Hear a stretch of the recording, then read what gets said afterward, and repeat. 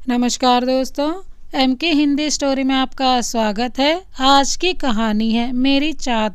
दोस्तों, ये इस कहानी का अंतिम भाग है। कहानी को समझने के लिए कहानी का पहला भाग अवश्य देखें, जिसका लिंक डिस्क्रिप्शन बॉक्स में मेंशन कर दिया जाएगा। अगर आप हमारे चैनल पर नए हैं तो चैनल को अभी सब्सक्राइब कर बेल आइकन को प्रेस करना ना भूलें। हम आपके लिए इस तरह की प्यार भरी कहानी लाते रहते हैं। अगर कहानी पसंद आए तो लाइक कर एक प्यार सा कमेंट जरूर कीजिएगा। चलिए तो कहानी शुरू करते हैं। देख मेरी बात मान, उसे सब कुछ सच सच बता दे, शायद वो तुझे माफ कर दे। आकांक्षा नीचे हॉल में बैठी थी और खुद में बड़बड़ाए जा रही थी। इतनी रात हो चुकी है और इस आदमी का कोई अता पता नहीं है, पता नहीं कहाँ है। तभी विजय समर के साथ अंदर आता हुआ दिखा। समर लड़खड़ा रहा था। आकांक्षा उन दोनों के पास आकर घूरने लगती है।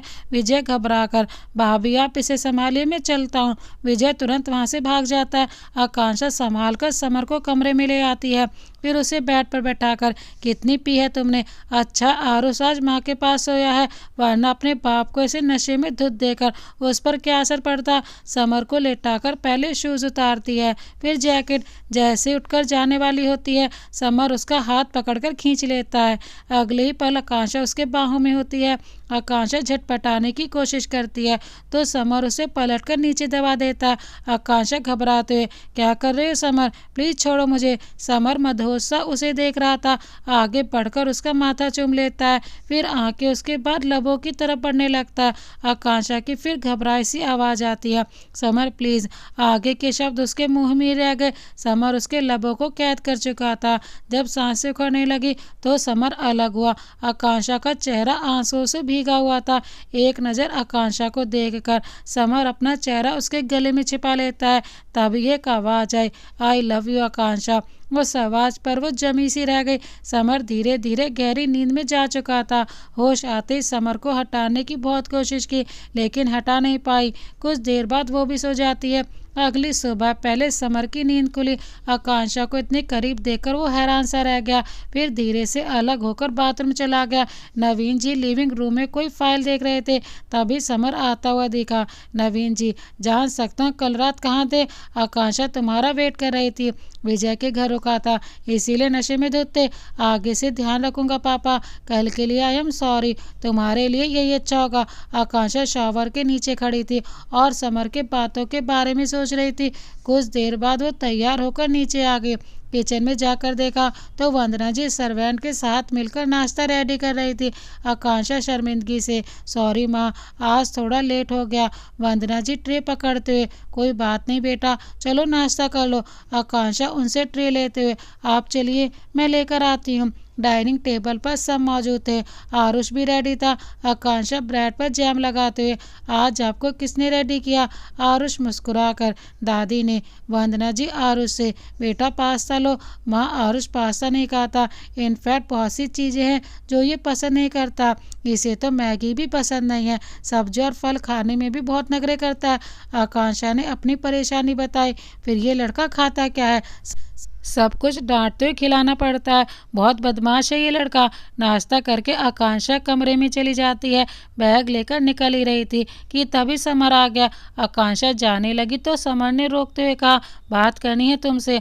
आकांक्षा बिना देखे, पर मुझे नहीं करनी। समर उसका हाथ पकड़कर, कुछ चीज़ें क्लियर करनी है प्लीज़ आकांक्षा। आकांक्षा हाथ छुड़ाकर, अगर हमारे रिश्ते के बारे में बात करनी है तो मुझे नहीं करनी, मेरी भी सेल्फ रिस्पेक्ट है समर। मैं उस इंसान को माफ़ नहीं कर सकती जिसने मेरी बॉडी को यूज़ किया था। समर अपनी बात रखते हुए, मैंने तुम्हें यूज़ नहीं किया था आकांक्षा, वो मेरी रियल फीलिंग थी बस। मैं तुमसे बहुत प्यार करता था। आकांक्षा बीच में, मुझे नहीं जानना तुम्हारी फीलिंग के बारे में, अपनी फीलिंग अपने पास रखो, मेरे पास कोई फालतू का टाइम नहीं है। वैसे भी तुमने मेरी फीलिंग कौन सी कदर रखी थी? समर फिर से कोशिश करते हुए, मुझे सच में अपने किए पर पछतावा है और मैं तुम पर कुछ थोप भी नहीं रहा। मुझे माफ़ करना नहीं करना तुम्हारा फैसला होगा। मैं बस कुछ चीज़ें क्लियर करना चाहता हूँ आकांक्षा, बिना किसी भाव के। पर मुझे नहीं जानना, इनफैक्ट मुझे तुमसे बात ही नहीं करनी। पता है मेरे लिए तुम्हें बर्दाश्त करना कितना मुश्किल है। जब जब तुम्हें देखती हूँ तो खुद से नफरत होती है कि कभी तुमसे प्यार किया था, वो तुम्हारे ही लफ्ज़ थे ना समर, कि तुम्हें मेरे साथ रात गुजारनी थी। भरोसा किया था तुम पर, इसीलिए खुद को सौंपा था, पर तुम तो उस लायक ही नहीं थे। ये कहते हुए आकांक्षा ने उसे नफरत से देखा। आकांक्षा की नफरत देखकर समर वहीं खड़ा रह गया था, पर आकांक्षा जा चुकी थी। समर को वो वक्त याद आया जब दोनों दोस्त बने थे। आकांक्षा कैंटीन में बैठी थी, तभी एक ग्रुप में से एक लड़का आकांक्षा के पास आता है। आकांक्षा उसे घबरा कर देखती है, क्योंकि वो एक बिगड़ैल लड़का था। अनिल जैसे ही उसके पास बैठता है, आकांक्षा तुरंत खड़ी हो जाती है। क्या हुआ बेबी, खड़ी क्यों हो गई? मैंने तो अभी कुछ किया ही नहीं। इतना कहकर आकांक्षा का हाथ पकड़ लेता है। I love you baby. Akanksha डरते हुए अपना हाथ छुड़ाने की कोशिश करती है। अनिल बेशर्मी से और कसकर आकांक्षा का हाथ पकड़ लेता है। तभी एक जोरदार मुक्का अनिल को पड़ता है। अनिल संभल नहीं पाता और नीचे जाकर गिर जाता है। समर अनिल का कॉलर पकड़कर उसे उठाता है, फिर मारना शुरू कर देता है। अनिल के दोस्त उसे छुड़ाने आ जाते हैं। समर उनके साथ भी लड़ता है, जिससे उसे थोड़ी चोट आ जाती है। तभी एक लड़की कहती है सर आ रहे हैं। उस लड़की की बात सुनकर सब शांत हो जाते हैं। आकांक्षा समर का हाथ पकड़कर दूसरी ओर ले जाती है। आकांक्षा तुम्हें कितनी चोट आई है? सॉरी। तुम क्यों सॉरी बोल रही हो? तुम्हारी क्या गलती है? पर इस चोट का कारण तो मैं हूं ना। ठीक है, मैं तुम्हारा सॉरी एक्सेप्ट करता हूँ। आकांक्षा मुस्कुरा देती है। समर जब कुछ वंदना जी के पेट में 5 महीने का था, उस वक्त नवीन जी और वंदना जी का तलाक हुआ था। उसके पीछे सबसे बड़ी वजह उर्वशी थी, आकांक्षा की माँ। उसने दोनों के बीच गलत फहमियाँ पैदा की और वंदना जी को शक करने पर मजबूर किया। समर को भी पहले अपने पापा गलत लगे। समर वंदना जी के नफरत के बाद भी नवीन जी ने कभी कोई शिकायत नहीं की, बल्कि अपनी हर जिम्मेदारी निभाते रहे। समर ने जब बीते हुए कल की सच्चाई जानने की कोशिश की, तब उसे पता चला आकांक्षा उर्वशी की बेटी है। समर ने नफरत और गुस्से की आग में आकांक्षा को जला दिया, लेकिन अब वो समझ चुका है आकांक्षा उर्वशी नहीं, वो उस औरत से बहुत अलग है। आरुष स्कूल से आ चुका था। आरुष और नवीन जी घर के अंदर फुटबॉल खेल रहे थे। वंदना जी जो कॉफी का कप लेकर हॉल में आ रही थी, बॉल लगने से कप धड़ाम से गिर जाता है। नवीन जी सर पीट कर, ये आरुष से तो कुछ नहीं कहेगी, वॉट मेरी लगनी है, अब क्या किया जा सकता है? जो होना था हो गया। वंदना जी आपको अकल वकल है कि नहीं? घर में कौन फुटबॉल खेलता है? मैं खेलता हूँ, आपको भी खेलना है तो खेल सकती हैं, मना नहीं करूँगा। घर के अंदर कोई फुटबॉल नहीं खेलेगा, समझिए आप। शांति से बैठकर कोई गेम खेलिए। बच्चे तो बच्चे, बड़े भी इस घर के ऐसे हैं।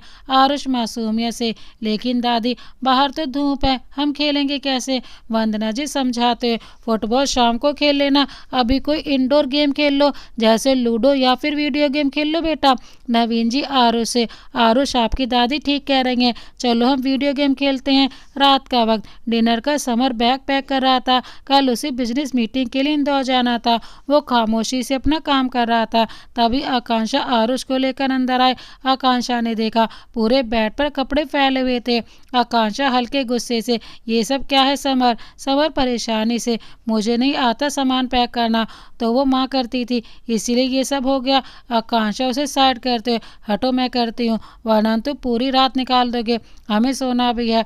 आरुष बेड पर चढ़कर बोला, पापा आप कहाँ जा रही हो? समर थोड़ी जगह बनाकर बेड पर लेटते हुए बोला, आरू पापा को काम की वजह से इंदौर जाना पड़ रहा है, आप बताओ आपको क्या चाहिए? पापा वो लेकर आएंगे। दोनों अपनी बातों में लग जाते हैं। आकांक्षा सामान रख ही रही थी कि उसकी नज़र एक बॉक्स पर गई। कुछ सोचकर उसने खोल कर देखा, उसमें वो सामान थे जिन्हें कभी आकांक्षा ने समर को दिया था। एक नज़र दोनों बाप बेटे को देखकर आकांक्षा जल्दी से वो बॉक्स रख देती है। सारा सामान समेटने तक समर और आरुष सो चुके थे। आकांक्षा गहरी सांस लेकर लाइट ऑफ कर देती है, फिर वो भी उनके पास जाकर सो जाती है। एक हफ्ते बाद आज समर वापस आने वाला था। आरुष खुशी से उसका वेट कर रहा था। कुछ देर बाद उसे गाड़ी रुकने की आवाज़ है। आरुष चहकते हुए, ये पापा आ गए, दादू दादी चलो जल्दी। नवीन जी उसका हाथ पकड़कर बाहर ले गए। समर को देखकर आरुष भागता हुआ उसके पास आ गया। समर जल्दी से उसे गोद में लेकर, मेरा बच्चा कैसा है? पापा को मिस किया? आरुष समर समर के गाल को चूमकर। बहुत सारा पापा। नवीन जी उन्हें देख ही रहे थे कि तभी उनकी नज़र गाड़ी से निकलते एक आदमी पर पड़ती है। उन्होंने धीरे से कहा, राजीव। नवीन जी उनके पास गए। उन्होंने समर से पूछा, तुम राजीव के साथ? फिर राजीव जी को देखकर, कहाँ थे भाई अब तक? एक बार मिलने भी नहीं आए? राजीव जी उनके पास आकर, क्या सर आपको भी चश्मा लग गया? बूढ़े लग रहे हैं आप। नवीन जी, तो तुम कौन से जवान हो? चलो अंदर। राजीव जी वंदना जी को देखकर, नमस्ते भाभी, कैसी हैं आप? वंदना जी, नमस्ते भैया, मैं बिल्कुल ठीक हूँ, चलिए अंदर। सब अंदर आ गए। आकांक्षा सर्वेंट के साथ मिलकर चाय नाश्ता लेकर आ गए। समर ने कप उठाकर कहा, पापा मैं इंदौर में अंकल से मिला था, इन्हें यहाँ कुछ काम था तो मैंने इन्हें हमारे साथ चलने को कहा। समर के ये कहने पर नवीन जी ने कहा, पर तुम राजीव को कैसे जानते हो? ये समझ नहीं आया। समर थोड़ा हकलाकर, ऑफिस वाले काका ने इनके बारे में बताया था, और आपके साथ भी तो राजीव अंकल की कितनी सारी फोटोज हैं, तो मुझे पहचानने में कोई प्रॉब्लम नहीं हुई। राजीव जी एकटक आकांक्षा को देख रहे थे। कुछ देर बाद आकांक्षा और वंदना जी डिनर की तैयारी में जुट गए। खाने के बाद तीनों आदमी लोग छत पर अपनी पार्टी करने चले गए। नवीन जी ड्रिंक का एक सिप लेकर, कई सालों बाद हम ऐसे पी रहे हैं ना राजीव? राजीव उनकी बात पर, हाँ सर, बहुत मिस करता हूँ उन दोनों को। समर को सोचकर मुस्कुराते हुए, आप माँ से बहुत प्यार करते हैं ना? नवीन जी, लेकिन क्या फ़ायदा, तेरी माँ समझती कहाँ है, बस आका गोला बनकर मुझ पर बरसने को तैयार रहती है। एक नंबर की खड़ूस है वो। समर मुंह बनाकर, आप ऐसे मेरे सामने माँ के बारे में नहीं बोल सकते, मैं नहीं सुनूंगा अपनी माँ की बुराई। नवीन जी चिढ़कर, माँ का चमचा, चला जाए यहाँ से, वैसे भी पी कहाँ रहा है? समर मुंह पर हाथ रखकर, पापा आप कैसी बात कर रहे हैं, मैं आपके साथ पीऊँगा? नहीं नहीं, मेरे ऐसे संस्कार नहीं है, और माँ को पता चला तो बहुत सुनाएगी, इसीलिए बिल्कुल भी नहीं पीऊँगा। समर कहकर राजीव जी की तरफ देखता है जो उसे ही देख रहे थे। समर हल्का सा मुस्कुरा देता है। नवीन जी उसके सर पर चपत लगाकर, मैं बस चेक कर रहा था तू हाथ लगाता है या नहीं, अगर हाथ लगाता तो मैं तेरी शिकायत वंदना से कर देता। वैसे एक बात कहूँ, तेरी माँ आज भी बहुत सुंदर लगती है, मेरा मन करता है दोबारा शादी कर लूँ। समर अपने पापा की तरफ देखता है जिन्हें बहुत चढ़ चुकी थी। हाँ, जैसे माँ तो मरी जा रही हैं शादी करने के लिए, एक बार उनके सामने बोलकर देखना, आई स्वेयर पापा, माँ आपको छोड़ेंगी नहीं। नवीन जी जोश में, बोल तो ऐसे रहा जैसे मैं उनसे डरता हूँ। समर चौंक कर, माँ आप? नवीन जी जल्दी से पीछे मुड़कर देखते हैं। उनके चेहरे पर खौफ साफ देखा जा सकता था। तभी उन्हें हंसने की आवाज़ आई। नवीन जी ने मुड़कर देखा तो समर और राजीव जी दोनों हंस रहे थे। नवीन जी समर को घूरते हुए, बाप के साथ मजाक करता है नालायक। समर उन्हें खड़े करते हुए, अच्छा सॉरी, आप गुस्सा मत कीजिए, अब चलिए सोने। फिर राजीव जी की तरफ देखकर, good night uncle. Good night बेटा। नवीन जी समर के साथ चलते हुए, काश आरुष भी तेरे साथ ऐसे ही मजाक उड़ा जैसे तुम मेरा उड़ाता है। समर उनके साथ चलते हुए, पापा आप आरुष को जानते नहीं हो, कितना तंग करता है मुझे, और उसे मनाना तो पहाड़ तोड़ने के बराबर है। नवीन जी मुस्कुराकर, हाँ बेटा तो तेरा ही है। समर भी मुस्कुराते, पापा मुझे न कभी कभी लगता है ये एटीट्यूड वाला गुण विरासत में माँ से ही मिली है उसको। दोनों ऐसी बात करते हुए कमरे तक आए। नवीन जी को कमरे तक छोड़ने के बाद समर अपने कमरे में आ गया। आकांक्षा आरुष को थपकी दे रही थी। आरुष अपने काले बंदर को लेकर सोया हुआ था। आकांक्षा ने धीरे से उस काले बंदर को आरुष के बाहों से लिया और सोफे पर रख दिया। समर ने आकांक्षा को देख कर कहा, अब भी डर लगता है काले बंदर से? हर बार की तरह आकांक्षा ने फिर उसे नज़रअंदाज कर दिया। समर जब बाथरूम से बाहर आया तो देखा आकांक्षा किसी सोच में गुम थी। समर बेड पर लेटने लगा तो आकांक्षा ने पूछा, एक सवाल पूछूं? समर आराम से लेटते, पूछो। आकांक्षा थोड़ा हिचकिचाकर, माँ पापा एक कमरे में क्यों नहीं सोते? क्योंकि उनका तलाक हो चुका है। आकांक्षा ने आगे कुछ नहीं कहा, चुपचाप लेट गई। देखते देखते 2 दिन हो चुके थे। आज राजीव जी किसी काम से बाहर गए थे एक होटल में। उन्हें आए 5 मिनट ही हुए थे। उन्होंने उर्वशी को देखा। राजीव जी उसका पीछा करते हुए एक कमरे तक आ गए थे। कुछ सोच के उन्होंने नॉक किया। जैसे ही उर्वशी ने दरवाज़ा खोला, सामने राजीव जी को देखकर हैरान रह गए। फिर हल्का सा मुस्कुरा कर कहा, वाह इतने सालों बाद, नॉट बैड। फिर वो साइड हट गई। राजीव जी ने अंदर आकर कहा, लगता नहीं है तुम में कोई बदलाव आया है, पहले भी लोगों को फंसाती थी, शायद आज भी। उर्वशी हंसते हुए, तभी तो आज मैं इतनी ऊंचाई पर हूँ और तुम गरीब के गरीब। चाहो तो अपनी पुरानी यादों को फिर से जी सकते हैं। आज भी कमाल के लगते हो और बदले में जितने चाहे पैसे ले सकते हो, क्योंकि तुम्हारी वजह से मेरा बहुत फ़ायदा हुआ है। राजीव जी गुस्से से, मेरा बच्चा कहाँ है? वो बच्चा मेरा था ना? उर्वशी हल्का सा मुस्कुरा कर, ओह तो तुम्हें पता चल गया। हाँ, वो बच्चा तुम्हारा था, लेकिन उससे मुझे बहुत फ़ायदा हुआ। मैं तो उसे रखना भी नहीं चाहती थी। फिर मेरे दिमाग में नवीन का ख्याल आया, क्यों ना उसे मैं फंसाऊं, क्योंकि उसके बीवी को उस पर शक होता था कि उसका अफेयर बाहर चल रहा है। फिर क्या था, मैंने उस बच्चे को नवीन मल्होत्रा का नाम दे दिया। राजीव जी, मैं सबको सच बता दूंगा, खासकर वंदना भाभी को। ये सुनकर उर्वशी हंसने लगी। क्या लगता है मैंने तुम्हें ये सब क्यों बताया? क्योंकि कोई भी तुम्हारी बातों का यकीन नहीं करेगा। तुम्हारी वंदना भाभी और उनका बेटा नवीन मल्होत्रा से नफरत करते हैं। बेचारा बिना कुछ किए उसे सबकी नफरत झेलनी पड़ रही है। कभी कभी उस पर बहुत तरस आता है, तभी उसे एक आवाज़ आए, लेकिन कोई तुम पर तरस नहीं खाएगा। Don't worry. उर्वशी ने आवाज़ की तरफ देखा तो सामने समर खड़ा था। गेट खोलकर नवीन जी और वंदना जी भी अंदर आए। वंदना जी गुस्से से उर्वशी को एक थप्पड़ लगाती हैं। ये सब इतनी जल्दी हुआ था कि वो संभल नहीं पाई थी। वो हैरानी से सभी को देखती है। समर, क्या हुआ? इतनी हैरान क्यों हो? तुम्हें क्या लगा सिर्फ तुम ही खेल खेल सकती हो? राजीव जी अफसोस से, मुझे तो खुद पर शर्म आ रही है कि मैंने कभी तुमसे प्यार किया था। ये औरत किसी चीज़ के लायक नहीं है। उर्वशी राजीव से, मैंने नहीं कहा था मुझे प्यार करो, अपनी औकात में रहो, समझे? वैसे भी तुम जैसे कि मुँह नहीं लगती। फिर नवीन जी से, अपनी एक्स वाइफ को थोड़ा कंट्रोल में रखो, वरना मुझसे बुरा कोई नहीं होगा। समर ने उसकी बात पर अब तुम कुछ नहीं कर सकती, बल्कि हम बहुत कुछ कर सकते हैं। हमारे पास सारी रिकॉर्डिंग है तुम्हारी। अब तो तुम मुलाकात सीधा कोर्ट में ही होगी। उर्वशी चीख कर, तुम लोगों को मैं छोड़ूंगी नहीं, देख लेना, समझे? इतना कहकर उर्वशी गुस्से से वहाँ से चली जाती है। उसके जाते वंदना जी के रुके हुए आंसू बाहर आ जाते हैं। वो रुआंसी होकर, सारी मेरी गलती है, सारी की सारी। तभी तो उर्वशी जैसी औरत हमारी ज़िंदगी में आई और सब कुछ तबाह करके चली गई। नवीन जी वंदना जी से, सारी गलती आपकी नहीं है, जितनी आपकी है उतनी मेरी भी है। शायद आपसे ज़्यादा मेरी गलती है।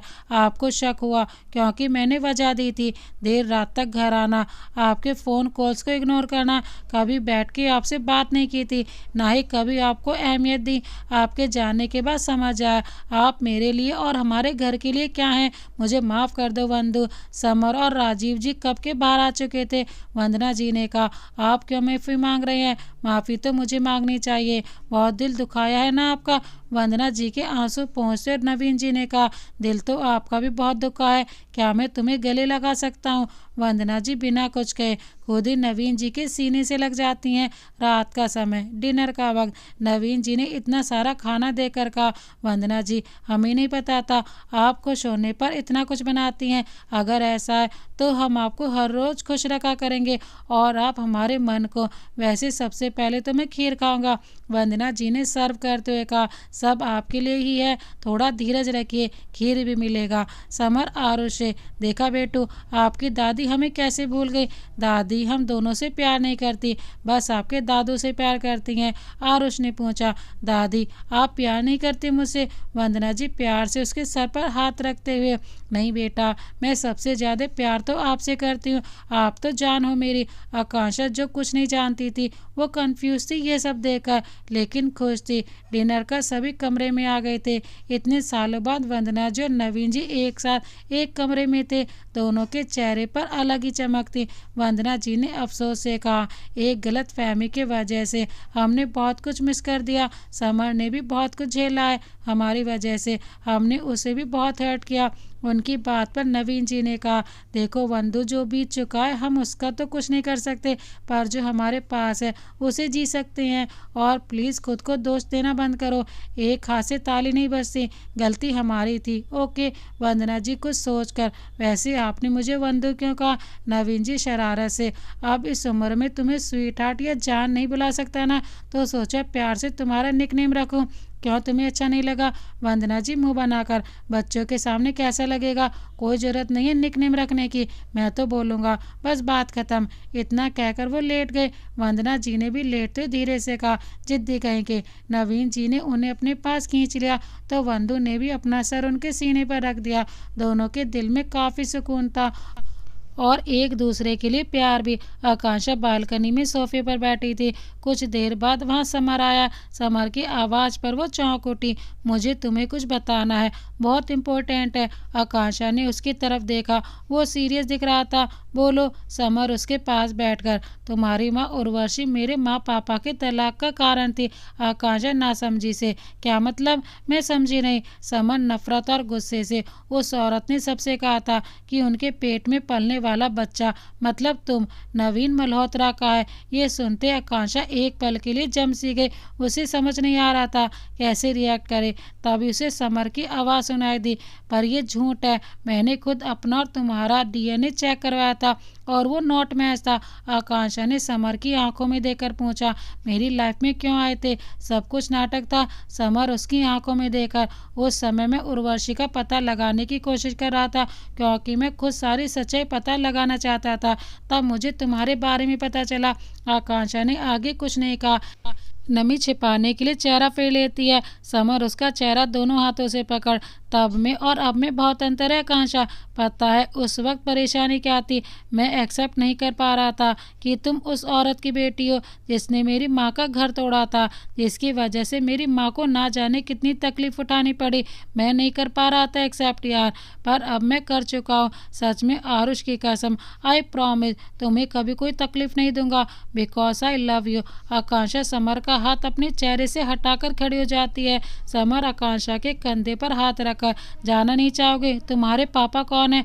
आकांक्षा उसे सवालिया नजरों से देखने लगती है। समर उसके सवाल को समझकर, राजीव अंकल। राजीव अंकल तुम्हारे पापा हैं? आकांक्षा को एक और झटका लगा, फिर खुद को संभाल कर, तुम्हारी मॉम को पता है क्या?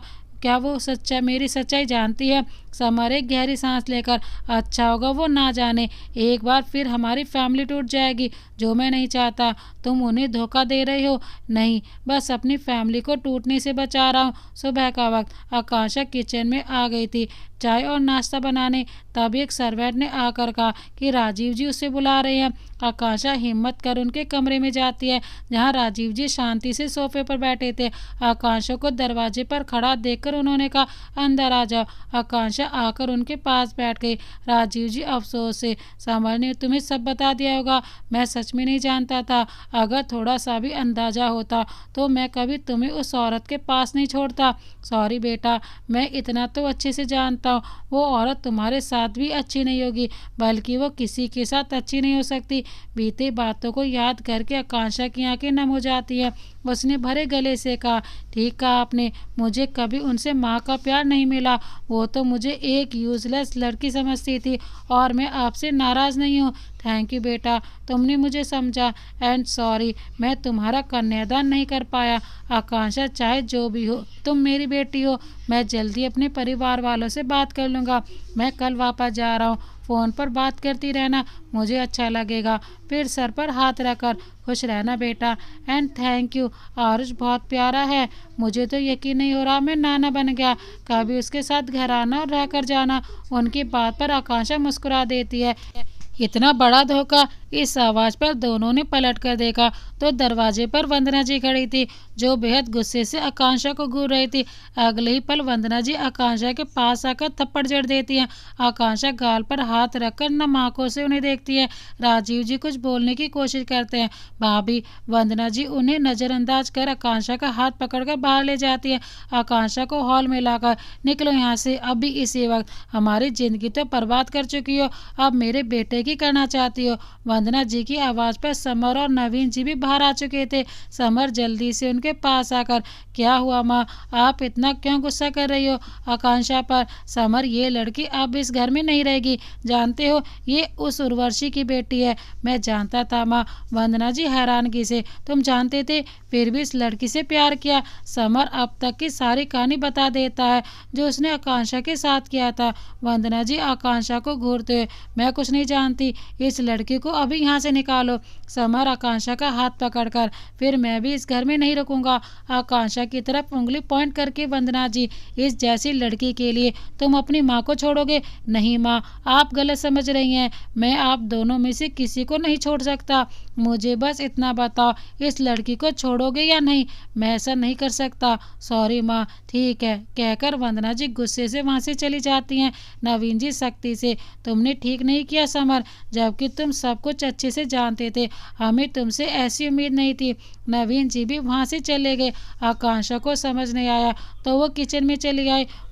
वो रो ही रही थी जब समर वहाँ आता है। आकांक्षा को पता नहीं चलता। समर पीछे से उसे बाहों में भर लेता है। आकांक्षा रोते हुए, शायद मेरा यहाँ से चले जाना ही बेहतर है।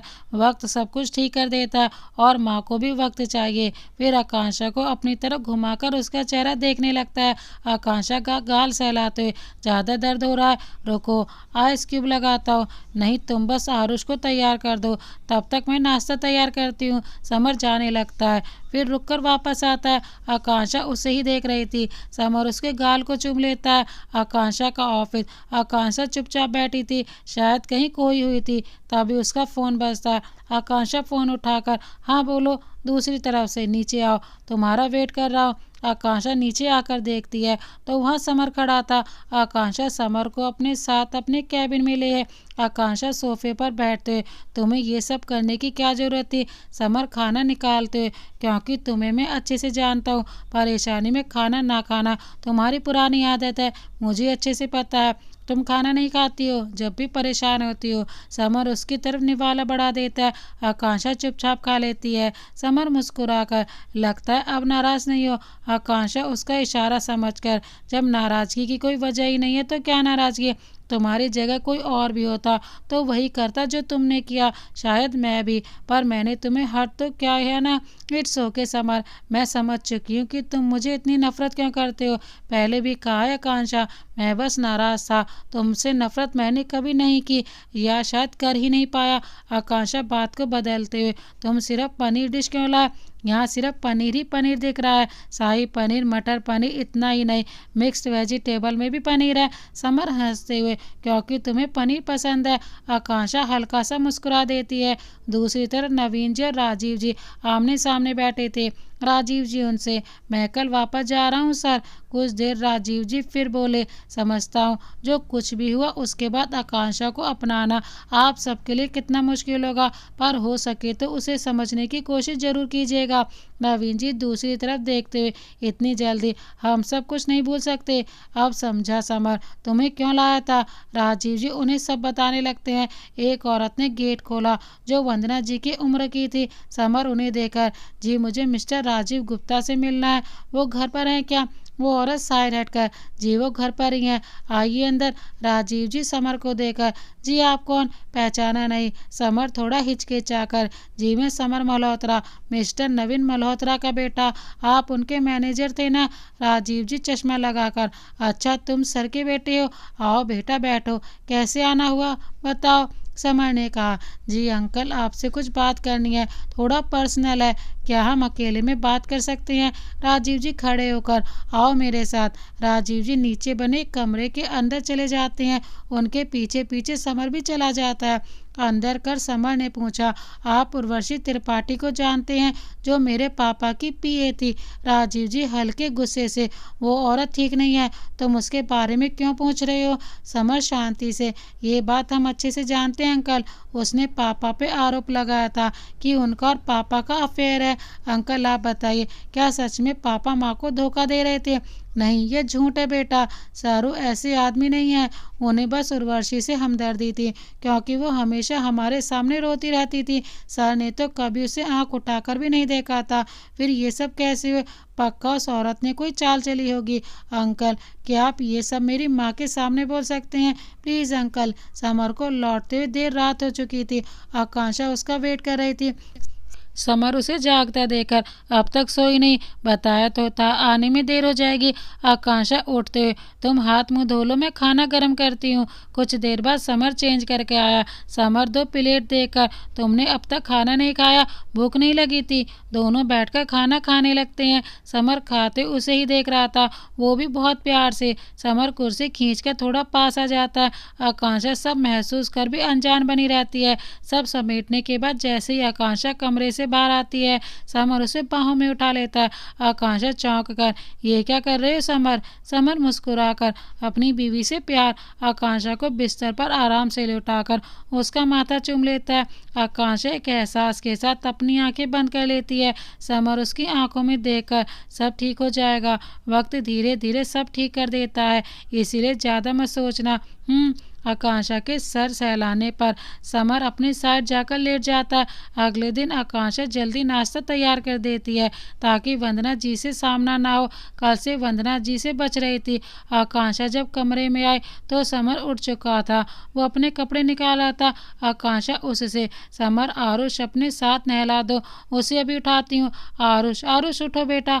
आरुष कसमसा कर, मम्मा आज नहीं जाना प्लीज़। इस लड़के को पता नहीं पढ़ाई के नाम से इतनी चिढ़ क्यों है, ऐसे भागता है जैसे पढ़ाई ना होकर कोई भूत हो। रोज रोज स्कूल भेजना आरू को मेरे लिए सबसे बड़ा टास्क होता है। आकांक्षा ने परेशान होते हुए कहा। समर समझाते हुए, अभी छोटा है, देखना धीरे धीरे समझ जाएगा, आखिर बेटा तो मेरा ही है, मेरी तरह खूब नाम कमाएगा। समर हमेशा आरुष की साइड लेता था, इसीलिए आकांक्षा थोड़ा चिढ़कर बोली, अच्छा बताना जरा, तुमने क्या नाम कमाया है? सब कुछ तो तुम्हें परोसा हुआ ही मिला है, भूलो मत। हमारे कॉलेज का टॉपर था मैं, और इन कुछ महीनों में कितना कुछ कराया अपनी कंपनी को। अगर तुम टॉपर थे तो मैं भी कुछ कम नहीं थी। और रही बात स्किल्स की, तो वो तुम्हारे जीन्स में है, तो तुम्हारा क्या है बोलो? आरुष, आरुष तो मेरी मेहनत है, ना वो मुझे परोसा हुआ मिला, ना ही वो मेरे जीन्स में था। अब बोलो। समर की बात पर आकांक्षा की बोलती बंद हो चुकी थी। आकांक्षा बात बदल कर, मैं नीचे जा रही हूँ, तुम आरुष को रेडी कर देना। ब्रेकफास्ट के टाइम आकांक्षा को देखकर वंदना जी कमरे में ही नाश्ता करती हैं। आकांक्षा को काफ़ी बुरा लगता है। नाश्ते के बाद राजीव जी घर से निकलने के लिए तैयार थे। समर और आकांक्षा झुककर उनके पैर छूते हैं। राजीव जी दोनों से हमेशा खुश रहो। आकांक्षा के कहने पर जब आरुष झुकने को होता है तब राजीव जी आरुष को पकड़कर, मेरा बच्चा हमेशा हंसता खेलता रहे, अपनी मम्मा को ज़्यादा परेशान मत करना, ओके, गुड बॉय बनकर रहना। फिर आरुष के नोट देते हुए कहते हैं, अपने लिए चॉकलेट खरीद लेना, आपके नानू ने दे रहे हैं, इसलिए आपकी मम्मा कुछ नहीं कहेंगी। लो लो पकड़ो। आरुष आकांक्षा को देखने लगता है। आकांक्षा मुस्कुराकर, आरुष नाना जी दे रहे हैं, ले लो बेटा। समर राजीव को छोड़ने जाता है। शाम का समय, वंदना जी गार्डन में बैठी थी। कुछ देर बाद वहाँ समर आया।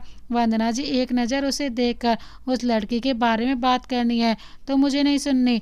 समर उनके पैरों के पास बैठकर, बस एक बात सुन लीजिए माँ, आकांक्षा मेरी ज़िंदगी में नहीं आई थी, बल्कि मैं खुद उसे अपनी ज़िंदगी में लाया हूँ। माँ, आपके पास आपकी पूरी फैमिली थी, पर आकांक्षा वो बिल्कुल अकेली थी, फिर भी उसने आरुष को जन्म दिया। यहाँ तक कि उसकी माँ ने भी उसे घर से निकाल दिया था। हम नहीं जानते माँ उसने किस तरह आरुष को संभाला। वो चाहती तो अबॉर्शन करके आगे बढ़ सकती थी, पर उसने ऐसा नहीं किया। वो अपनी माँ की तरह बिल्कुल नहीं है माँ। वंदना जी ने जब कोई प्रतिक्रिया नहीं दी तो समर वहाँ से चला गया। कमरे में आते समर लेट गया। उसके सर में तेज दर्द हो रहा था। कुछ देर बाद वो सो चुका था। आकांक्षा सारे काम निपटाकर जब कमरे में आई तो उसने देखा आरुष फ़ोन चला रहा था और समर गहरी नींद में था। आकांक्षा को देखते ही आरुष ने झट से फ़ोन रख दिया। आकांक्षा सख्ती से, आरू तुमने लॉक कैसे खोला?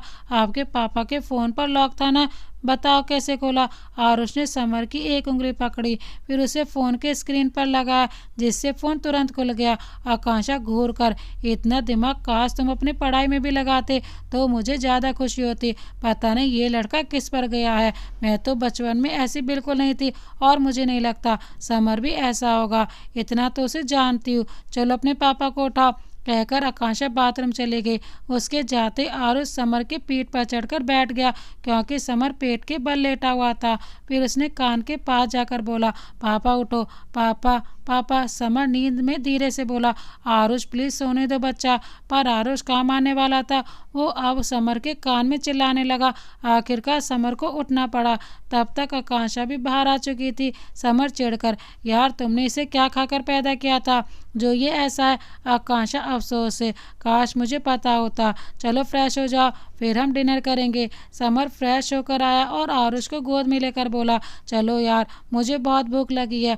आकांक्षा बिना उसकी तरफ देखे, तुम दोनों जाओ, वैसे भी मुझे अभी भूख नहीं है। समर कुछ सोचकर नीचे चला जाता है और खाना कमरे में भिजवा देता है।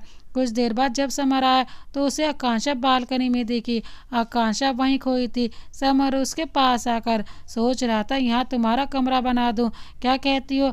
आकांक्षा ने कुछ नहीं कहा तो समर थोड़ा और पास आ गया।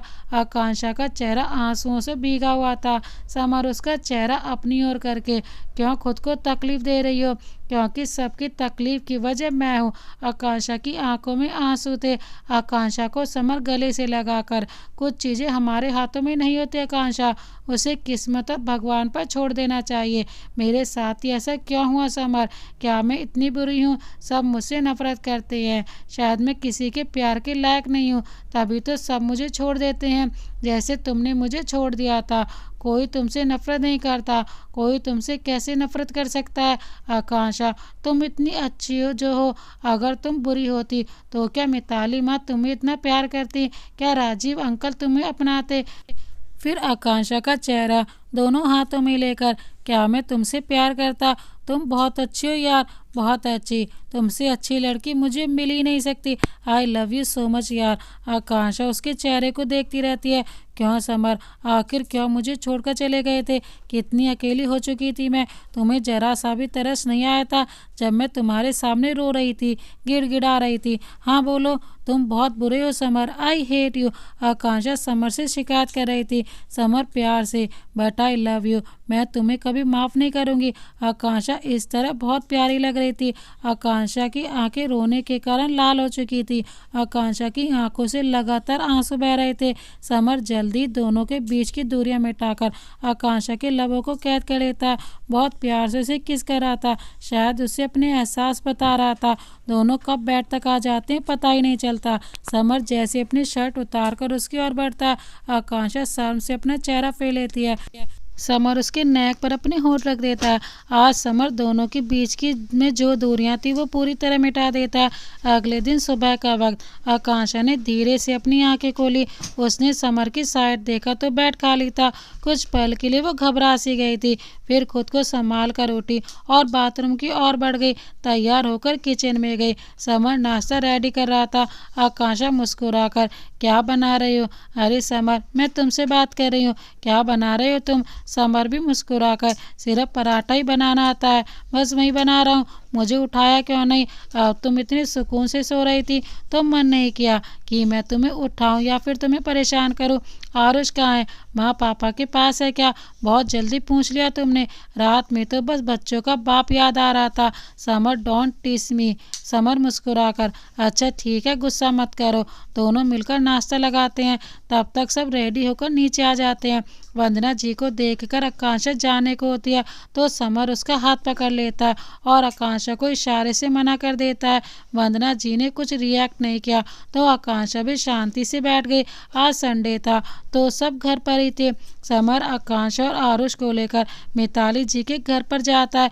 मिताली जी भी इतने दिनों बाद दोनों को देखकर खुश हो जाती हैं। 6 महीने बाद एयरपोर्ट पर राजीव जी खड़े थे। आकांक्षा आरुष को लेकर उनके पास जाती है। राजीव जी दोनों को देखकर मुस्कुरा रहे थे। राजीव जी दोनों को लेकर बाहर की तरफ चल पड़ते हैं। वहाँ पर एक लड़का खड़ा था। राजीव जी उस लड़के से, अभी चलो बेटा, पैर छुओ, आकांक्षा आपसे बड़ी है, दीदी लगती है आपकी। आकांक्षा रोकते, नहीं पापा रहने दीजिए। अभी फिर भी झुककर आकांक्षा के पैर छू लेता है। फिर अभी आरुष को देखकर, हाय चैंप कैसे हो। आरुष चहकते हुए, ठीक हूँ मामू। अभी आरुष को चॉकलेट निकाल कर देता है तो वो खुश हो जाता है। उसे चॉकलेट खाना बहुत पसंद था। चारों गाड़ी में आकर बैठ जाते हैं। राजीव जी ने अपने बच्चे को पूरी बात बता दी थी, वो जो भी उर्वशी ने किया था। राजीव जी के दोनों बच्चे बहुत समझदार थे। वो भी जानते थे उनके पापा उनकी माँ से कितना प्यार करते हैं और कितनी परवाह करते हैं, साथ ही कितनी रिस्पेक्ट देते हैं। उनके लिए भी उनके पापा ने बहुत कुछ किया है, इसीलिए उनका अतीत जानकर भी वो उनके लिए नाराज़ नहीं हुए। और जो भी था अतीत था, और उससे भी ज़रूरी बात उनकी माँ सब जानती थी। कभी राजीव जी ने कुछ छिपाया नहीं था, वो उनसे बहुत प्यार करते थे। गाड़ी की आवाज़ सुनकर अनु जी के साथ उनका छोटा बेटा आशु बाहर आता है। अनु जी मुस्कुराकर उनकी तरफ देखती है। आकांक्षा जो घबरा रही थी अभी तक वो नॉर्मल हो जाती है। अनु जी प्यार से, बच्चों बाहर क्यों हो, चलो अंदर आओ। आशु जा दादी को बैग लेकर उनके कमरे में रख दे। अभी आरुष को गोद में लेकर अंदर चला जाता है। आकांक्षा अनु जी के पैर छू लेती है, वो भी प्यार से उसके सर पर हाथ रख देती हैं। फिर दोनों अंदर आ जाते हैं। अंदर आरुष अभी के गोद में बैठा था। आकांक्षा उसके पास आकर बैठ जाती है। अनु जी सभी के लिए लस्सी ले आती हैं। अभी एक गिलास उठाकर आरुष को पकड़ाते हुए, दादी आपको ना ये पीना चाहिए, बहुत टेस्टी है, माँ बहुत अच्छा बनाती है। आकांक्षा गिलास लेकर, आपने घर पर बनाया है, मुझे लगा ये बाहर का है, आप मुझे भी बनाने सिखाना। राजीव जी तारीफ करते हुए, अरे इसीलिए तो मैंने तेरी माँ से शादी की थी। अभी उनकी तरफ देखकर, सीरियसली पापा लस्सी के लिए शादी? अनु जी अभी से आपने पापा की बातों पर ज़्यादा ध्यान मत दिया करो, तुम्हारे पापा तो कुछ भी बोलते रहते हैं।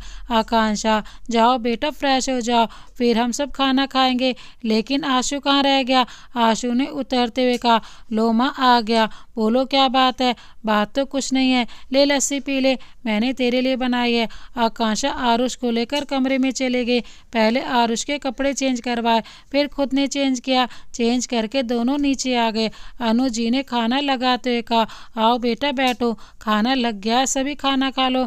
आकांक्षा ने इतना सारा खाना देकर कहा, इतना कुछ बनाने की क्या जरूरत थी, बेफालतू में इतनी मेहनत की आपने।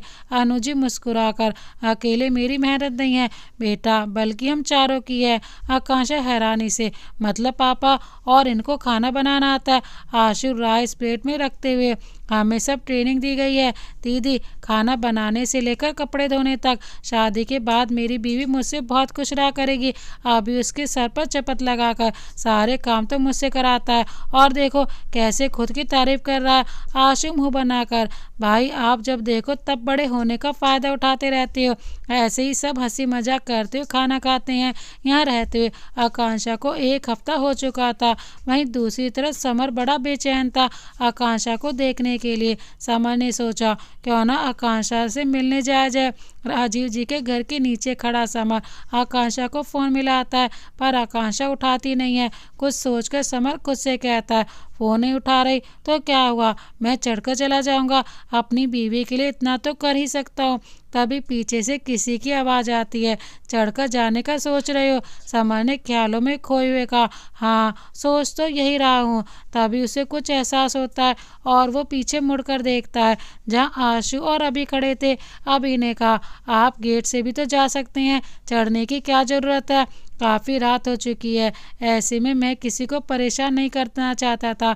वैसे तुम लोग अब तक सोए नहीं हो, क्या कर रहे हो यहाँ पर, इतनी रात हो चुकी है और तुम अभी तक जग रहे हो? आशु ने जवाब दिया, वो हम दोनों मूवी देख रहे थे, नींद नहीं आ रही थी और भूख भी लग रही थी, तो सोचा कुछ लेने चले जाएं। समर दोनों को गौर से देखते हुए, वैसे तुम दोनों क्या लेकर आए हो? पहले आशु और अभी ने एक दूसरे को देखा, फिर अभी ने कहा, बर्गर और बियर। समर दोनों को घूरकर, राजीव अंकल को पता है बियर के बारे में? आशु जल्दी से, बस कभी कभी पीते हैं, पापा मम्मी को अभी पता नहीं है।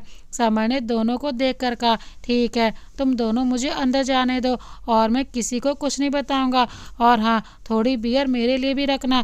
अभी ने समर से कहा, ठीक है जीजा जी, हमें आपका ऑफर मंजूर है। समर हल्का सा मुस्कुराकर, क्या जीजा जी, अरे तुम लोग मुझे जीजो बुलाया करो, मुझे अच्छा लगेगा। आकांक्षा आरुष को पकड़कर आराम से सुला रही थी। तभी समर अंदर एंटर करता है। कमरे में डीम लाइट थी। समर आकांक्षा को देखकर, मेरी बीवी कितनी खूबसूरत लगती है सोते, पर अब तो जगाना होगा क्योंकि मैं मिलने जो आया हूँ। आकांक्षा, आकांक्षा उठो। आकांक्षा नींद में। कौन है यार, सोने दो प्लीज। समर आकांक्षा के गाल को चूमकर, उठ जाओ यार। समर बड़े प्यार से आकांक्षा के चेहरे को देखता है और बहुत देर से उठाने की कोशिश कर रहा था। आकांक्षा आंख खोलकर देखती है तो सामने समर होता है जो उसके पास बैठा हुआ था। आकांक्षा एकदम से चिल्लाकर, समर तुम, आगे कुछ कह नहीं पाती क्योंकि समर ने उसके लिप्स को ब्लॉक कर दिया था। आकांक्षा समर के शर्ट को टाइटली पकड़ लेती है और समर उसके ऊपर झुका हुआ था। समर के छोड़ते आकांक्षा तुरंत उठकर बैठ जाती है, फिर हल्के गुस्से से, समर तुम्हें थोड़ी अक्ल वकल है कि नहीं, और तुम यहाँ इस वक्त क्या कर रहे हो, और तो और आरुष के सामने मुझे किस कर रहे हो। समर आरुष की तरफ देखता है जो सो रहा था। उसने कहा, आरुष सो रहा है यार, इसमें इतना गुस्सा करने वाली क्या बात है, पहली बार थोड़ी ना किया है, पहले भी ना जाने कितनी बार कर चुका हूँ। आकांक्षा ने कहा, तुम्हारा क्या करूँ मैं समर, चलो ये बताओ यहाँ क्यों आए हो, वो भी इतनी रात के। समर उसके बालों के साथ खेलते हुए, तुम्हें नहीं पता मैं यहाँ क्यों और किस लिए आया हूँ, कहकर अपना सर आकांक्षा की गोद में रख लेता है। आकांक्षा मुस्कुराकर, इतना मिस कर रहे थे, याद है समर, पहले तुम ऐसे ही मुझसे मिलने आते थे चोरी छुपे, उसका भी अपना अलग ही मजा था। वैसे मैं यहाँ काम के सिलसिले में आया था, सोचा मिल लूँ, लेकिन मीटिंग ख़त्म होने के वक्त लग गया और यहाँ पहुँचने में भी तुम भी ना समर, दोनों बात करते कुछ ही देर में सो चुके थे। सुबह का वक्त, किसी ने गेट खटखटाया। आकांक्षा ने जाके खोला तो सामने आंसू और अभी थे। आकांक्षा ने पूछा, तुम दोनों, अभी या आंसू में से कोई कुछ कहता, तभी समर निकल आया। अभी ने कहा, जीजू चलिए पापा बुला रहे हैं। तुम दोनों ने पापा को बता दिया? दोनों एक साथ, हाँ क्यों नहीं, हमने पापा को बता दिया। समर आकांक्षा को बाय कहकर दोनों के साथ चला गया। आकांक्षा मन में, मतलब ये दोनों भी जानते थे। कुछ देर बाद आकांक्षा किचन में आते हुए बोली, वो आरुष परेशान कर रहा था इसलिए आने में लेट हो गई, चलिए मदद कर देती हूँ। अनुजी नाश्ता बनाते हुए, कोई बात नहीं बेटा, अच्छा तुम जरा अपने भाइयों को देखा, पता नहीं दोनों क्या कर रहे हैं, दोनों किसी बात को लेकर झगड़ रहे थे। आकांक्षा अंदर आकर अपने दोनों भाइयों को देखती है जो कि आपस में किसी बात को लेकर झगड़ रहे थे। तुम दोनों किस बात पर लड़ रहे हो, हुआ क्या है? आशु अभी की तरफ इशारा करके, दीदी देखो ना, भाई ने मेरी टी शर्ट ले ली है अभी फ़ोन चलाते, पर अब ये मेरी है, तुझे नया दिला दूंगा ना, चल अब ज़्यादा रो मत। आशु आकांक्षा से, दी आशु जो तुम्हें लेना हो ले लेना, मैं ऑनलाइन पे कर दूंगी। ओके, नहीं दी इसकी क्या ज़रूरत है। आशु बात ज़रूरत की नहीं है, मैं प्यार से दे रही हूँ, प्लीज़ मना मत करो। ओके दीदी। जहाँ आकांक्षा की ज़िंदगी में खुशियाँ थी, वहीं दूसरी तरफ कोई था जो पूरी तरह बर्बाद हो चुका था। उर्वशी कल रात नशे में घर आई थी, अभी तक सो ही रही थी जब उसका फ़ोन बजा। उर्वशी ने फ़ोन देखा तो वो घबरा गई। उर्वशी सोचते हुए खुद से, मुझे कुछ तो करना होगा वरना बहुत बुरा फंसूंगी। अब सिर्फ एक ही इंसान है जो मेरी मदद कर सकता है। उर्वशी की और उसके घर की दोनों की हालत ख़राब थी और कुछ तो था जो वो करने वाली थी।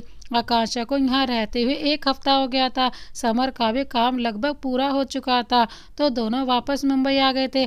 आकांक्षा के ऑफिस के सामने गाड़ी रोकते हुए समर ने कहा, आज मैं थोड़ा लेट हो जाऊंगा, असल में मेरी फ्रेंड आने वाली है, उसे पिक करने जाना है, और हाँ सर्वेंट से कहकर कुछ अच्छा बनवा लेना। फ्रेंड का सुनकर आकांक्षा ने पूछा, कौन सी दोस्त, खास है क्या, मैं जानती हूँ क्या उसे?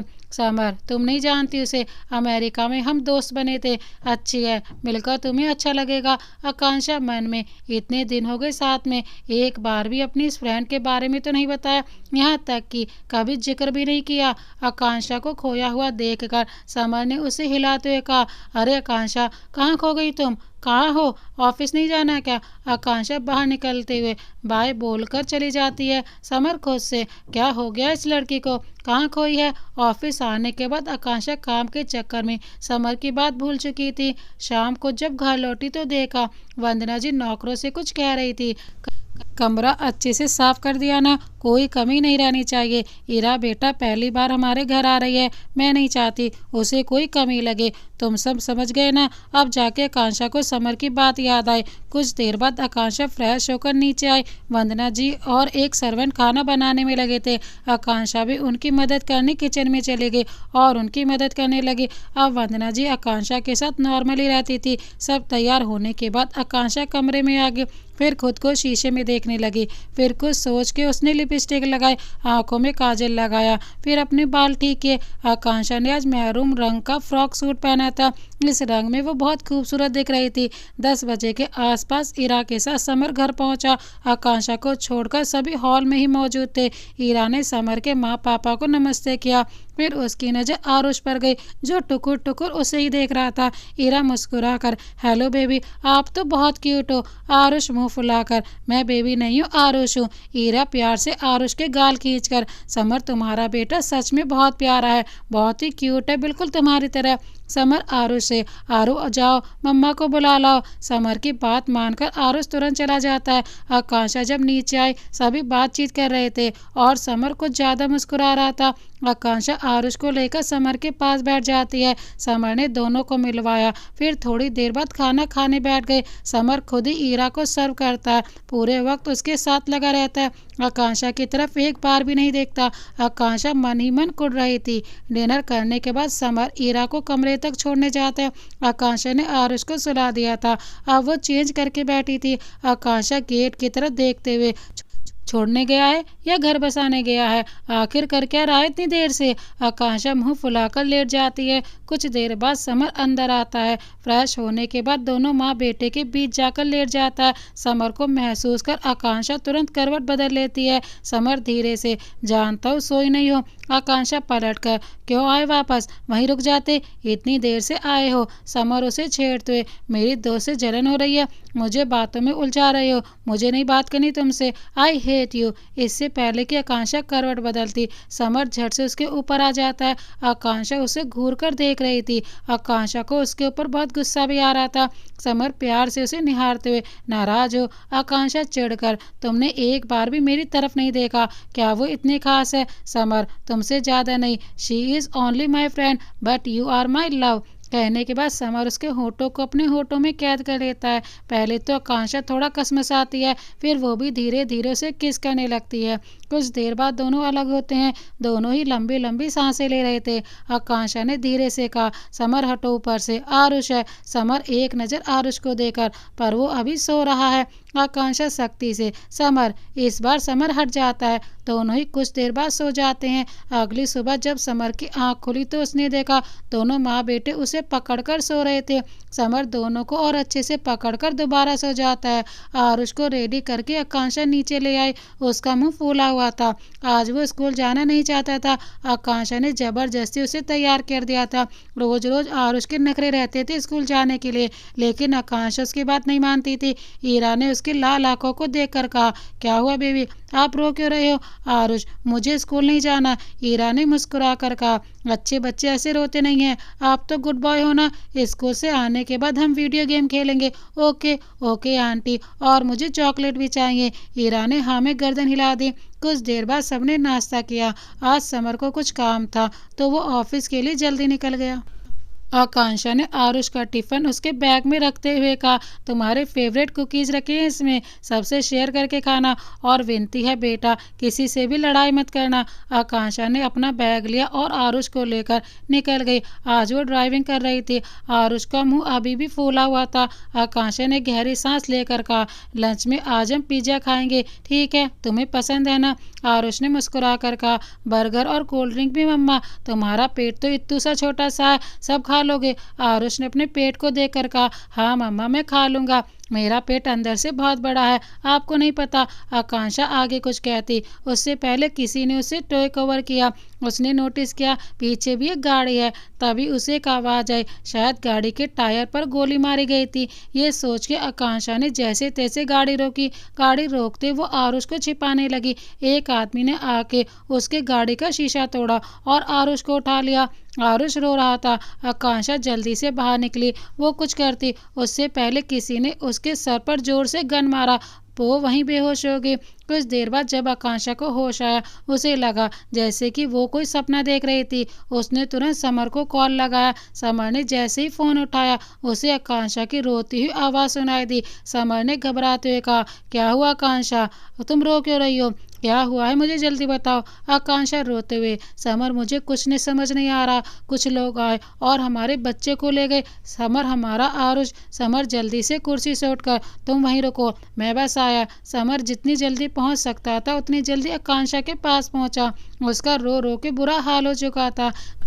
आकांक्षा गाड़ी से पीठ लगाकर बैठी थी। समर को देखते ही उसके पास भाग कर गई। उसने कहा, पता नहीं वो लोग कौन थे समर, वो हमारे बच्चे को ले गए। कुछ भी करके आरुष को वापस लाओ समर, उसके बिना मैं मर जाऊंगी। समर उसे गले लगाकर, शांत हो जाओ आकांक्षा, हमारे आरुष को कुछ नहीं होगा, हम पुलिस के पास चलते हैं। समर आकांक्षा को समझा ही रहा था जब उसका फ़ोन बजा। पहले तो उसने इग्नोर किया, फिर बाद में उठा लिया। अननोन नंबर से फ़ोन था। दूसरी तरह से एक औरत की आवाज़ आई, अपने बेटे के लिए परेशान हो, डोंट वरी, उसे कुछ नहीं करूँगी। इसके लिए मेरा बस एक काम करना होगा, जिस भी एड्रेस पर कहूँ 50 करोड़ रुपए लेकर आ जाओ, तुम्हारा बेटा तुम्हें सही सलामत मिल जाएगा। समर फ़ोन स्पीकर पर डालकर, कौन हो तुम, ये जानना तुम्हारे लिए ज़रूरी नहीं है, जितना कहा गया है उतना करो, वहीं तुम्हारे बेटे के लिए अच्छा होगा, और पुलिस के पास जाने की तो सोचना भी मत। इतना कहकर उस औरत ने फ़ोन काट दिया। आकांक्षा को ये आवाज़ कुछ जानी पहचानी लगी।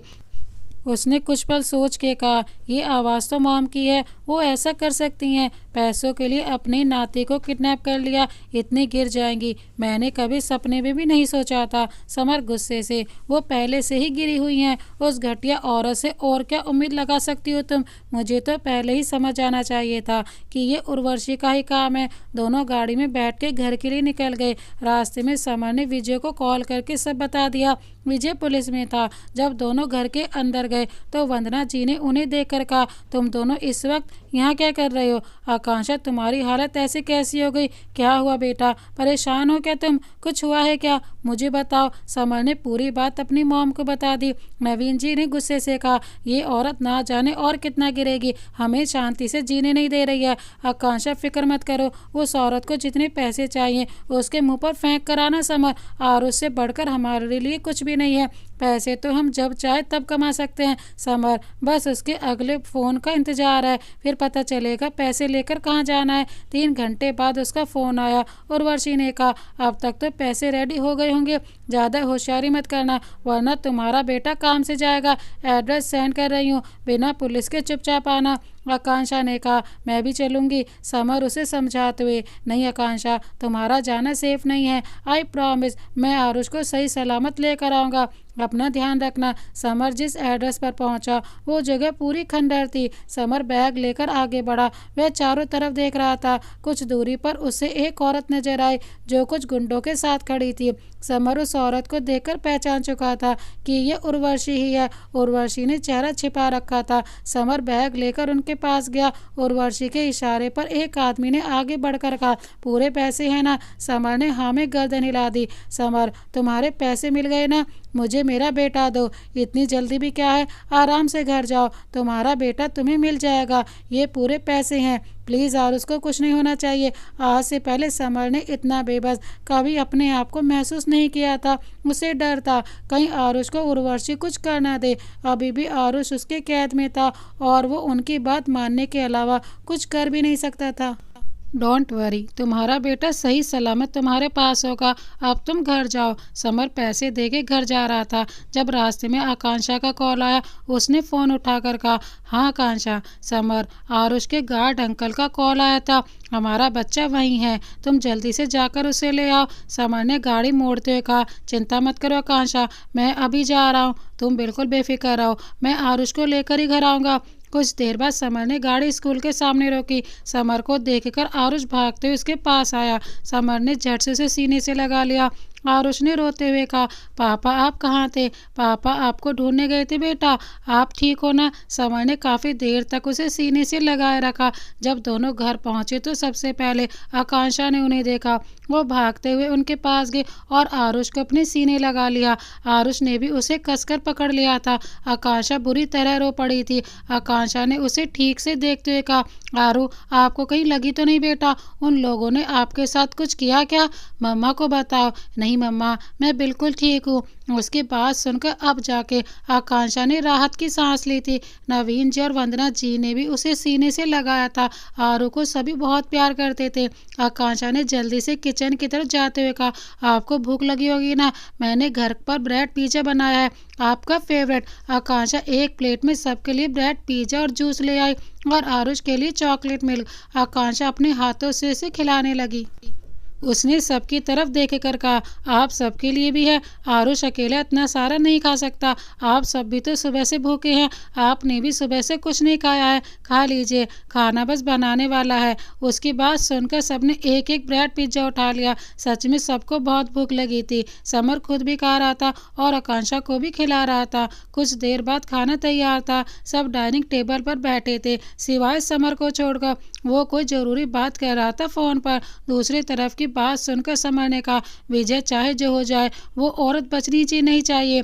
उसने मेरे बेटे को हाथ लगाया है, हर हाल में वो औरत मुझे सलाखों के पीछे चाहिए। तू चिंता मत कर, हम उसे पकड़ लेंगे। भागकर कहाँ जाएगी? कुछ देर बात करके समर ने फ़ोन रख दिया। समर जब डाइनिंग टेबल पर आया, सब खाना शुरू कर चुके थे। ईरा ने खाते हुए कहा, बेबी आपको गुंडों से डर नहीं लगा?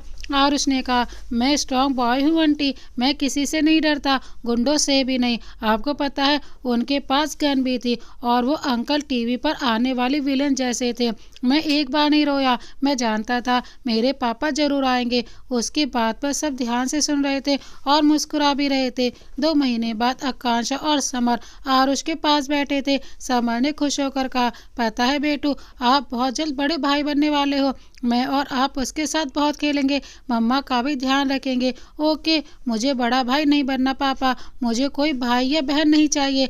आरुष ने साफ मना कर दिया था। समर आरुष को समझाते बोला, पर बेटा क्यों, आप ऐसे मना क्यों कर रहे हो?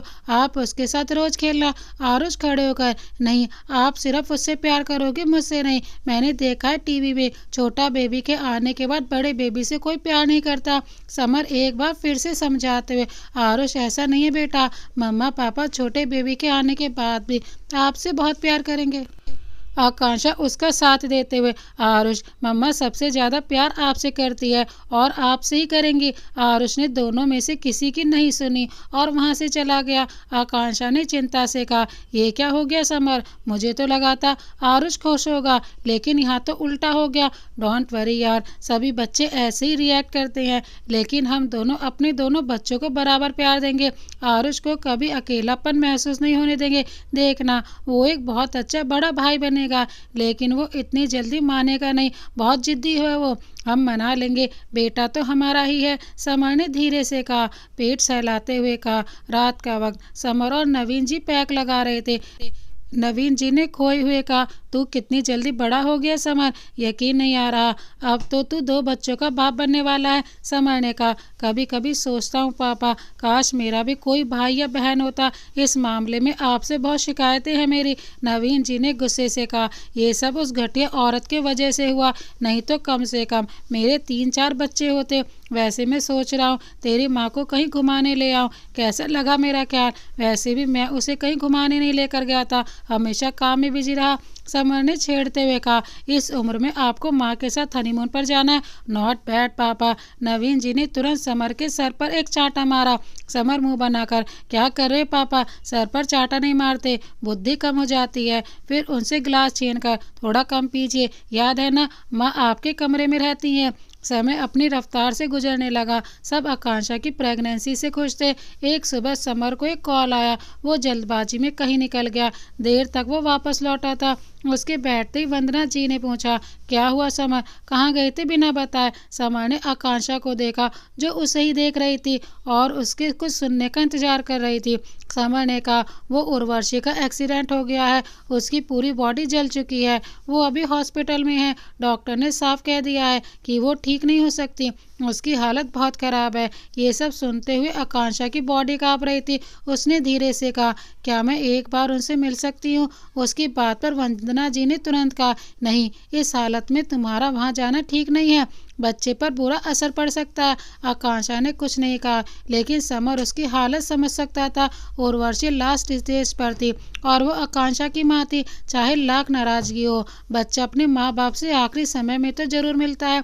हॉस्पिटल के सामने गाड़ी रुकी देखकर आकांक्षा ने कहा, समर हम माँ के घर जा रहे थे ना, फिर तुम गाड़ी यहाँ क्यों रोकी? समर सीट बेल्ट खोलते हुए, क्योंकि हम उर्वशी से मिलने आए हैं। आकांक्षा हैरानी से, लेकिन समर तुम्हारे माँ पापा को अच्छा नहीं लगेगा, उन्होंने मना किया था। चलो यहाँ से चलते हैं। उसका हाथ अपने हाथ में लेकर समर ने कहा, पता है आकांक्षा, मैं तुम्हारी आंखें पढ़ लेता हूँ। आकांक्षा ने इस बार कुछ नहीं कहा। समर का हाथ थामकर आगे बढ़ गई। उसकी धड़कनें तेज थी। जैसे वार्ड के अंदर घुसी, उसने तुरंत अपना चेहरा ढक लिया। उर्वशी की हालत बहुत खराब थी। उसका पूरा शरीर जल चुका था।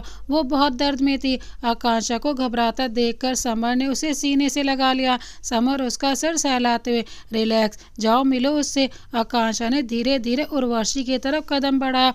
उसने धीरे से पुकारा, मॉम। उर्वशी ने आंख खोलकर उसे देखा। उसने दर्द से कहा, आकांक्षा मुझे माफ़ कर दो बेटा। उर्वशी की बात सुनकर आकांक्षा रोने लगी। समर ने आकर उसे संभाल लिया। उर्वशी की आंखों में अपने किए के पश्चाताप दिख रहे थे। वो खामोशी से दोनों को निहार रही थी। उसकी आखिरी इच्छा थी एक बार बस आकांक्षा को देखने की। धीरे धीरे उसकी सांसें उखड़ने लगी। आकांक्षा बस नम आंखों से अपनी मॉम को देख रही थी। कुछ देर बाद सब शांत हो चुका था। आकांक्षा फफक कर रो पड़ी। उसकी हालत खराब होने लगी थी। अगले ही पल वो बेहोश हो चुकी थी। समर उसे संभाल कर बाहर ले गया। डॉक्टर से बात करके दूसरे वार्ड में आकांक्षा को लिटा दिया। कुछ देर बाद उसे होश आया। आकांक्षा के संभलने के बाद समर उसे मिताली जी के घर ले गया। डोरबेल की आवाज़ सुनकर मिताली जी ने गेट खोला। सामने आकांक्षा और समर खड़े थे। आकांक्षा का चेहरा पीला पड़ चुका था। ये देखकर मिताली जी आकांक्षा को जल्दी से घर के अंदर ले गए। समर ने उन्हें सारी बात बताई। आकांक्षा को मिताली जी के पास छोड़कर समर किचन में चला गया। उसने आकांक्षा के लिए खिचड़ी बनाई। आकांक्षा मिताली जी से लिपटी हुई थी। जब समर खाना लेकर आया, समर ने उसके पास बैठते हुए कहा, तुम ठीक हो ना आकांक्षा? चलो कुछ खा लो, तुमने सुबह से कुछ नहीं खाया है। इस हालत में ज़्यादा देर भूखे रहना सही नहीं है। आकांक्षा, मेरा मन नहीं है समर, प्लीज़ बस थोड़ा सा हमारे बेबी के लिए। मिताली जी ने खिचड़ी का बाउल लेकर कहा। समर बेटा की बात सही है, चलो थोड़ा सा खा लो। मिताली जी उसे खिलाते हुए, इंसान को अपने कर्मों की सज़ा भुगतनी ही पड़ती है, इसमें हम और तुम कुछ नहीं कर सकते बेटा। उसने गलत रास्ता को अपनाया था, ना जाने कितनी ही जिंदगी खराब की हैं, इसलिए भगवान ने उसे ये सजा दी। अब जो बो चुकी थी, एक ना दिख ये तो होना ही था। संभाल लो खुद को। आकांक्षा ने थोड़ा बहुत खाया। उसके बाद समर उसे कमरे में ले गया। कुछ देर बाद आकांक्षा सो गई थी। कुछ दिन खामोशी से बीत गए। आज मौसम बहुत खराब था। आकांक्षा खिड़की से बाहर देख रही थी। समर उसके पास ही खड़ा था। बाहर देखते हुए आकांक्षा ने कहा, कुछ चटपटा खाने का मन कर रहा है, मौसम भी कितना अच्छा हो रहा है ना? समर आकांक्षा के चेहरे को बड़े ही प्यार से देख रहा था और समर आकांक्षा से बोला, अच्छा बताओ क्या खाओगी? क्यों तुम बनाओगे? बना भी दूंगा, इसमें क्या है, पर मुझे बाहर की चीज़ ही खानी है। ऐसे मौसम में कहाँ जाओगे? रहने दो। समर ने एक नज़र आकांक्षा को देख कर कहा, 10 मिनट दो, जाकर आता हूँ। आकांक्षा उसे रोकते हुए, अरे नहीं रहने दो। समर जाते हुए, डोंट वरी, जल्दी आ जाऊँगा। समर को जाता हुआ देखकर आकांक्षा मुस्कुरा दी। समर आजकल उसका बहुत ध्यान रखता था। बीते वक्त के साथ आकांक्षा का पेट बढ़ने लगा था, लेकिन आरुष समझने को तैयार ही नहीं था। आकांक्षा चॉकलेट मिल्क शेक बनाकर आरुष के पास आई, जो हॉल में खेल रहा था। आकांक्षा बड़े प्यार से अपने बेटे को देख रही थी और प्यार से बोली, आरुष लो तुम्हारा मिल्क शेक। तभी बेबी ने एकदम से किक किया। आकांक्षा तुरंत पेट पकड़कर बैठ गई। समर जो वहाँ आ रहा था, उसने परेशानी से पूछा, क्या हुआ आकांक्षा, तुम ठीक हो? आकांक्षा मुस्कुराकर, बेबी ने किक किया समर। समर प्यार से पेट पर हाथ फेरने लगा। तभी उसकी नज़र आरुष पर पड़ी, जो उन्हें देख रहा था। समर ने आरुष को अपने पास बुलाया। आकांक्षा ने आरुष का हाथ अपने पेट पर रख कर कहा, देखो आरुष, बेबी किक कर रहा है। आरुष ने कुछ नहीं कहा। वो समर को देखकर, पापा चलो फुटबॉल खेलना है। समर का हाथ पकड़कर बाहर ले गया। आकांक्षा उदासी से उसे जाते हुए देखने लगी थी। वो बहुत समझाने की कोशिश करती, लेकिन आरुष कुछ समझने को तैयार ही नहीं था। कुछ देर खेलने के बाद आरुष समर के साथ अंदर आ गया। रात का वक्त। आकांक्षा ने कमरा ठीक करते हुए कहा, समर समझ नहीं आ रहा, आरुष को कैसे समझाऊं? बिल्कुल ये तुम पर गया है जिद के मामले में। समर उसकी बात पर इसमें ना मेरी कोई गलती नहीं है बल्कि तुम्हारी है। क्या जरूरत थी वो बेकार से कार्टून दिखाने की? उसकी वजह से सब कुछ हो रहा है। मुझे क्या पता था ऐसा होगा। सारा दोष मुझे मत दो। क्या पता बेबी के आने के बाद वो उसे एक्सेप्ट कर ले और उससे बहुत प्यार करे। समर ने आकांक्षा के पास आकर कहा, डोंट वरी, सब ठीक होगा, ज़्यादा मत सोचो। चलो अब डिनर करते हैं, मुझे बहुत भूख लगी है, आकांक्षा ने चलते हुए कहा। कभी कभी ना मुझे समझ नहीं आता पेट से मैं हूँ या तुम। जब देखो बस खाना खाना, ऐसे ही खाते रहना। एक दिन फुटबॉल बन जाओगे और आरुष फुटबॉल की जगह तुमसे खेलेगा। समर अपने आप को देखा। कुछ भी, हाँ मैं कहाँ मोटा हो रहा हूँ। आकांक्षा, मोटे लोगों को लगता कहाँ है वो मोटे हैं। ये सुनकर समर का मुंह बन गया। ऐसे ही दिन बीतने लगे और जल्दी आकांक्षा की डेट आ गई। आकांक्षा की डिलीवरी हो रही थी। वहीं बाकी की फैमिली चिंता से बैठी थी। वंदना जी और नवीन जी अब आकांक्षा से ज़्यादा तो नहीं बोलते थे, पर हाँ अब नॉर्मल बिहेव करते थे। वैसे दिल से वो उसे बहुत ही प्यार करते थे। कुछ देर बाद एक नर्स निकल कर आई जिसके हाथ में एक बच्चा था। समर ने जल्दी से बच्चे को गोद में ले लिया। नर्स ने कहा, बेटी हुई है आपको? समर मुस्कुराकर, माँ मैं जानता था मुझे बेटी होगी, देखिए कितनी प्यारी है। हाँ बेटा। कुछ देर बाद सब वार्ड में थे। आकांक्षा की गोद में उसकी बेटी थी। वंदना जी ने कहा, आरुष अपनी बहन को देखो बेटा। आरुष आकांक्षा की तरफ आया, फिर बच्चे को देखने लगा। आरुष ने कहा, मम्मा ये तो बहुत छोटी है, इसकी आंखें तो बंद है। अभी छोटी है ना बेटा, इसीलिए इसकी आंखें बंद है। मम्मा मैं इसे पकड़ूं? मुझे इसे छूना है। आप छू सकते हो बेटा, पर अभी आप गोद में नहीं ले सकते। ओके ओके मम्मा। बच्चे को देखकर आरुष अपनी सारी नाराजगी भूल चुका था। घर में सब खुश थे। एक दिन रुकने के बाद आकांक्षा को घर लाया गया। घर को बहुत अच्छे से डेकोरेट किया गया था। सबके बैठने के बाद समर ने कहा, माँ मैं पहले से ही बोल रहा हूँ मेरी बेटी का नाम मैं ही रखूँगा। नवीन जी उसकी बात पर, क्यों, हम भी हैं, हम भी रख सकते हैं, तुम ही क्यों रखोगे? हमारी भी तो पोती है। पापा प्लीज़, माँ समझाओ ना, रखने दीजिए ना। आपने भी तो समर को नाम दिया था। समर मुंह बनाकर, ये बेकार सा नाम आपने दिया था पापा, अब तो मैं ही रखूँगा। आकांक्षा मुस्कुराकर, अच्छा ठीक है, बोलो ना तुम, क्या सोचा है तुमने? समर अपनी बेटी को गोद में लेकर, मेरी बेटी का नाम समीरा होगा। समीरा समर मल्होत्रा, कैसा लगा नाम? नवीन जी मुंह बनाकर, ठीक ठाक है, लेकिन क्या कर सकते हैं। क्या मतलब ठीक ठाक है? कितना तो अच्छा नाम है समीरा। और पापा आप शायद भूल रहे हैं, समर नाम आपने ही रखा था। वंदना जी ने समीरा को गोद में लेकर कहा, आकांक्षा इनका तो चलता रहेगा, तुम चलो आराम करो। आरुष आओ बेटा। आरुष ने आखिरकार अपनी बहन को एक्सेप्ट कर लिया था। उसे लगा था उसकी बहन के आने के बाद कोई उसे प्यार नहीं करेगा, पर ऐसा हुआ नहीं। दोनों का बराबर ध्यान रखा जाता था। आकांक्षा की बच्ची अब 3 साल की हो चुकी थी। गार्डन में आरुष और समीरा समर के साथ आंख मिचोली खेल रहे थे। आकांक्षा, वंदना जी और नवीन जी वहां बैठे हुए थे और चाय पी रहे थे। आकांक्षा के चेहरे पर एक सुकून भरी मुस्कुराहट थी अपनी फैमिली को देखकर, और आकांक्षा बहुत खुशी खुशी अपनी फैमिली में रह रही थी। तो दोस्तों, इस प्यार भरी कहानी को अंत तक देखने के लिए आपका बहुत बहुत धन्यवाद। अगर आपको ये कहानी पसंद आई तो लाइक कर एक प्यार से कमेंट कर दीजिए। इसी तरह की अन्य कहानियाँ देखने के लिए हमारे चैनल को अभी सब्सक्राइब कर बेल आइकन को प्रेस करना ना भूलें। हम आपके लिए इस तरह की प्यार भरी कहानी लाते रहते हैं। मिलते हैं एक और नई प्यार भरी कहानी के साथ। तब तक के लिए जय हिंद, वंदे मातरम।